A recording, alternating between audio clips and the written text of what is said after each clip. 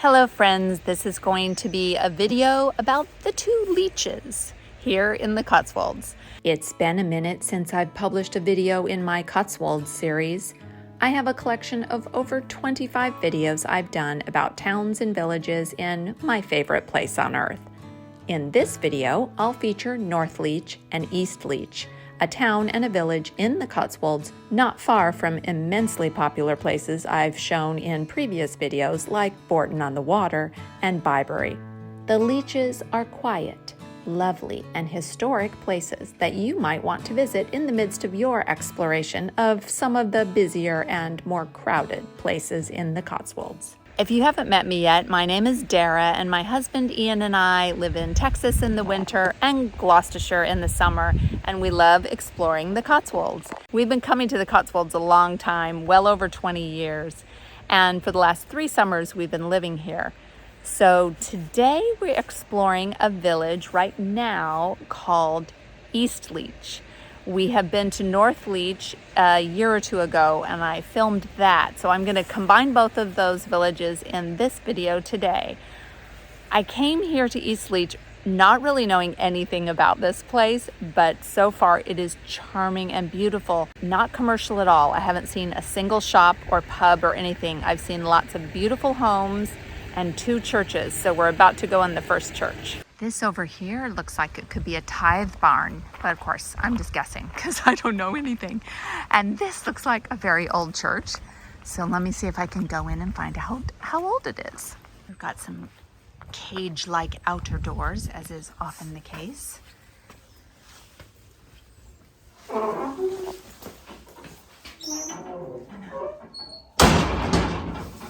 Old wooden door with a upside down heart on the latch.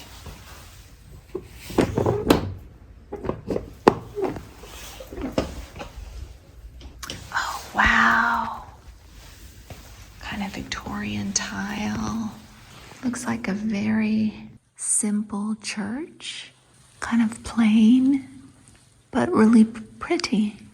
There's no stained glass here that I've seen so far.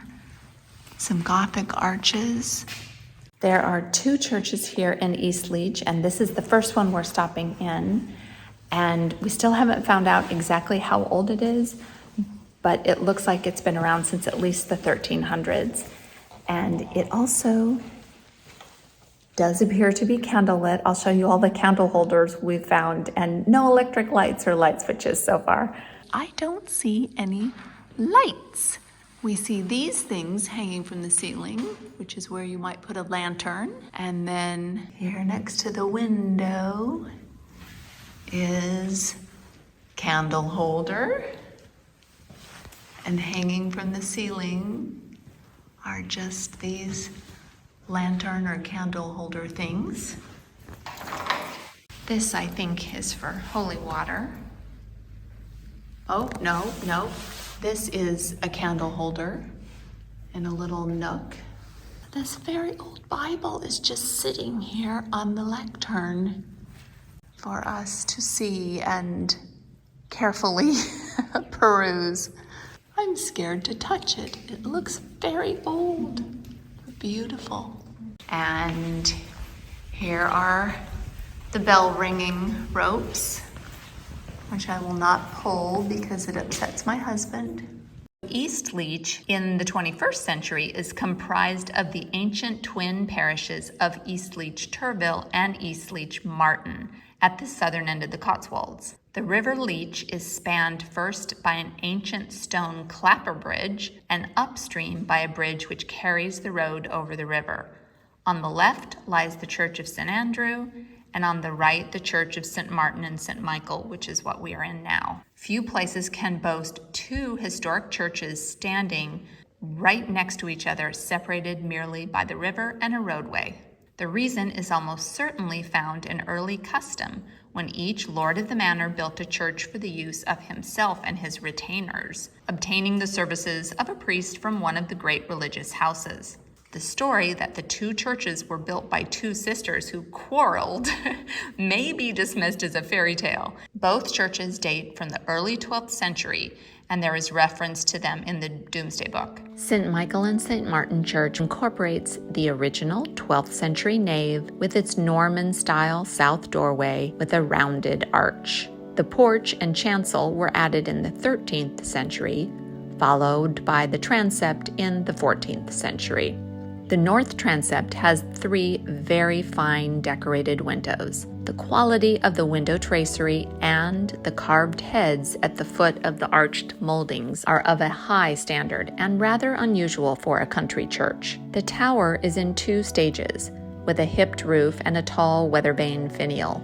It has diagonal buttresses and a perpendicular west window. The original bells are still there and are used for special occasions.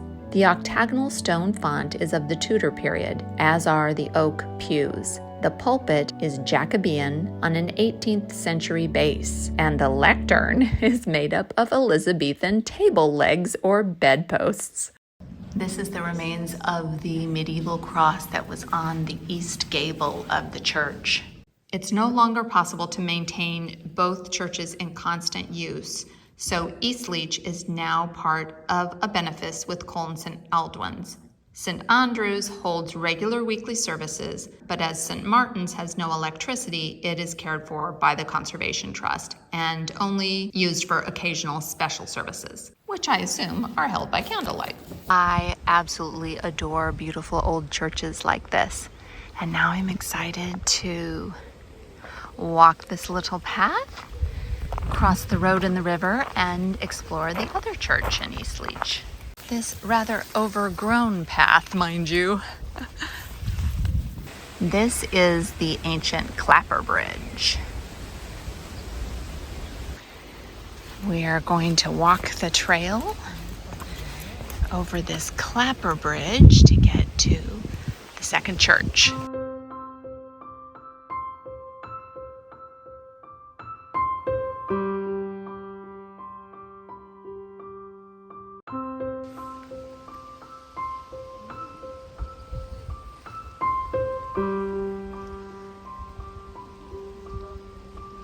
What a peaceful place. A leach is a stream flowing through boggy land, and this stream flows through Eastleach and Northleach before joining the Thames. Huge willow tree here in the middle of the village in between the 2 churches. That is just a beautiful willow tree. Lots of beautiful homes here in Eastleach, and many with beautiful roses on them. War Memorial in the middle of the village.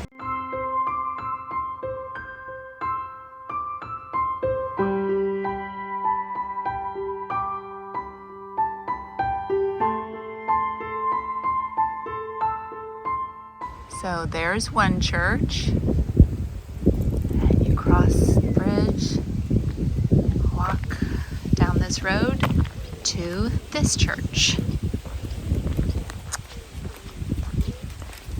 St. Andrew's Church. It always makes me a bit sad to see all these illegible tombstones that have toppled over and just been stacked up on the edge of the churchyard because no one can come and find their ancestor's grave. It always warms my heart to see fresh flowers in a small country church like this because you know some kind volunteer is responsible for keeping this tradition alive. It's interesting. It is a tea towel in honor of the coronation of King Charles, featuring Eastleach and St. Andrew's Church and St. Michael and St. Martin Church. This church, unlike the other one, has monuments in it and tombs in the floor here in St. Andrew's Church. 1700s, and looks like it has what used to hold candles, but it also has electric lights, electricity now. And you can tell from the hymnals, it is a church still in use. They have weekly services here. Nice little font. It looks like it has places that used to have crests. I wonder if the crests were painted on. I bet they were. You can still see a little bit of remnants of where the painting used to be of whatever was on those crests.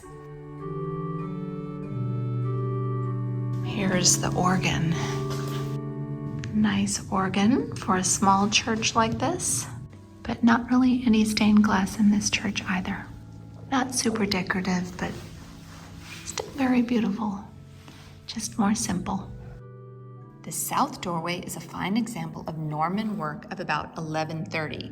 The tower is saddleback of the 13th or 14th century with windows showing fine moldings. The shaft of the lectern was originally in use in Tewkesbury Abbey. It passed into the possession of a parishioner who used it as a parrot stand. That's hilarious. On the demise of the bird, she restored it to its original purpose. Now it holds a very old Bible instead of a parrot. The fine oak panels of the pulpit came from the same donor and were formerly portions of garden seats. That is hilarious and fascinating. Before we leave the churches of Eastleach, I have to mention a man named John Keble. He was a curate here in the 1820s. Having been born in nearby Fairford in 1792 and then educated at Oxford. Keble started a Sunday school here in Eastleach and was much beloved in the village. He was a prominent priest and poet who became one of the leaders of the Oxford movement and wrote one of the most important books of poetry of the 19th century. He is memorialized here today in Eastleach in that the Clapper Bridge is called the Keble Bridge, and at Oxford University, a college was founded in his name in 1869. Coincidentally, it is a very beautiful college that I filmed quite a bit in our visit to Oxford last summer. So now I'm motivated to edit and publish my Oxford vlog one of these days. Speaking of which, it takes a lot of effort to create these travel videos, so if you are enjoying this one, I hope you consider showing your support by subscribing to my channel. Cheers! Now let's visit Northleach, a town in the middle of the Cotswolds about 14 miles from Cheltenham. We went there to visit the famous Wool Church, and I'll show you that in a minute. But first, let's stop for a bite to eat. We also came here to try out the well-known and well-loved pub in Northleach called the Wheatsheaf Inn. This is a pretty posh gastropub, so we put on our nice clothes, brought along our son Trent, and went to have a fancy dinner. Let me give you a peek at what we ate. Of course, I could not keep myself from ordering the twice-baked cheddar souffle, which was amazing. And Ian and I also shared this other thing that we saw on the menu, but ordered without even knowing exactly what it was. A sumac roasted Romanesco with harissa yogurt, toasted almonds, spring herbs, and pomegranate. Here's what it looked like. All I can tell you was that it was a lot of plant life. Speaking of life, I probably added 5 years to my life eating that. Trent was a bit more carnivorous in his choice and decided to hop on the dry-aged beef trend since his parents were paying for dinner. After perusing their dry-aged beef display, he ordered this enormous hunk of animal and seemed to enjoy it. I just ate some of the chips that came with it. Of course, we should have stopped there, but I have a hard time ignoring apple pie. Since they had a warm apple and cinnamon pie with vanilla custard on offer, I had to order it. And it was lovely. Apparently, I wasn't the only one who lost my mind that night and had to order a dessert, because Ian and Trent also ordered a sticky date pudding with toffee sauce and honeycomb ice cream. With enough calories to last a month having been consumed by us, we rolled ourselves out of the restaurant and waddled around Northleach to check it out. Northleach is a very picturesque place. It has the honey-colored Cotswold stone buildings, but also surprisingly quiet streets, and even some magenta flowers. I think this is an old barn that has these dove-cut holes along the side for the doves to fly into. Everywhere you look, there are hidden gems to discover in Northleach. For example, this old mill is located right adjacent to the parish church. But my favorite place in town is this spot, also near the church, where you can stand near the stacked stone wall and admire the perfectly pretty home, the immaculate garden, and the wee bridge over the quiet little stream full of reeds and rushes. No more procrastinating, let's go see the church now. one of the famous wool churches of the Cotswolds, a particularly fine church located in this unassuming town. St. Peter and Paul Church in Northleach is one of the most highly regarded wool churches in the Cotswolds and is known to some as the Cathedral of the Cotswolds. Its soaring vault gives it that open feel, and the unique octagonal pillars are an elegant touch. I'm always gushing about how I love stained glass windows, but actually the lack of stained glass in most of the windows of this church makes it extremely light, especially on a sunny summer day. There's also an octagonal baptismal font from the late 14th century, which I found interesting because it depicts angels playing musical instruments at the top and devils being crushed at the base. And at the top of this window, you can see some very old bits, which are remnants of the original stained glass window. The church was established by 1100, but very little survives from that period. Most of the church was rebuilt beginning around 1380 in the Perpendicular Gothic style, which just happens to be my favorite style. Further restoration was done in the 1880s by Gothic revivalist James Brooks, and in the 1960s, new glass was installed in the east window, which I'll talk about in a second. The south porch is adorned with studded pinnacles and ornate carvings and statues. On this reredos, you can see that there used to be many statues that were destroyed back in the Reformation around the time of the dissolution of the monasteries. This historic altar cloth is special because it was created from two copes, which were made of early 16th century Italian materials. The MAR initials are in reference to the Latin way of saying Mary, Queen of the Angels, just as the frequently seen monogram IHS stands for Jesus, Savior of Mankind in the Latin translation. The Great East Window is a focal point in the church. The window was made by Christopher Webb in 1964 and shows Christ in majesty. It contains symbolism of Northleach with images of wool sacks and shears. And the small kneeling figure at the lower right is holding a model of the church because he is John Fortney, the major benefactor of this church. Now we get to my favorite part and possibly the most famous part of the church, the brasses. These historic brasses commemorate local wool merchants. The oldest brass is of Thomas Adenet, who died in 1409, and his wife Agnes. Note that Thomas is standing on a wool pack, and Agnes has her lapdog at her feet with bells around the collar on his neck. This is the most elaborate brass from 1525 and is in memory of Thomas and Joan Bush.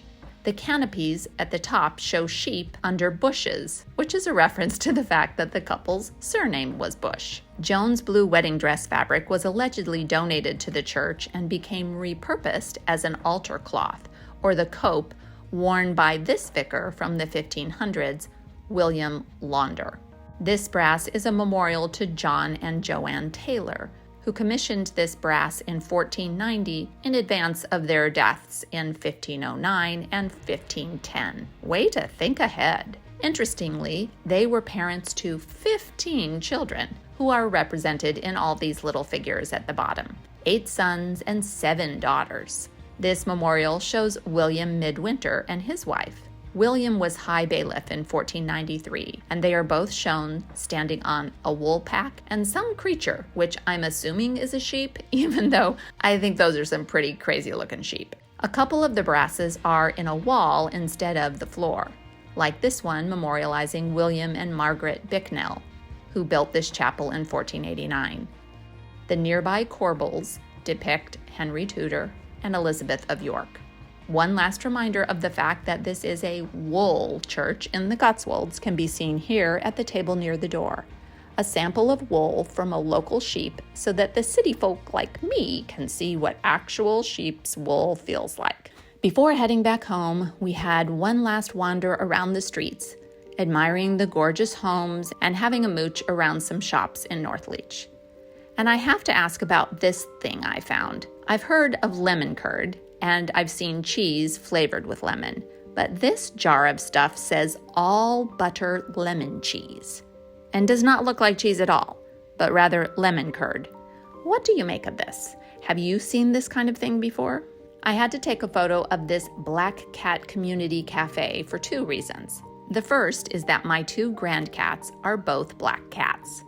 Here is Cleo sitting on my son Trent's suitcase, and James sitting on my son Weston's suitcase. The other reason is my friend Danny, the proud mama to two black cats. She has a YouTube channel called Black Cat Kitchen. She's a Canadian living in England who publishes Italian and British recipes on her channel. I'll link in the description to her 1-minute video on making the perfect Yorkshire puddings. I use that recipe every time I make them. So be sure to check out that recipe or any of the other great recipes on her channel. In the description, I'll also link to my Cotswold playlist, as well as my videos of nearby Bourton-on-the-Water and Bibury. Thanks so much for watching this video, and do something good in the world today.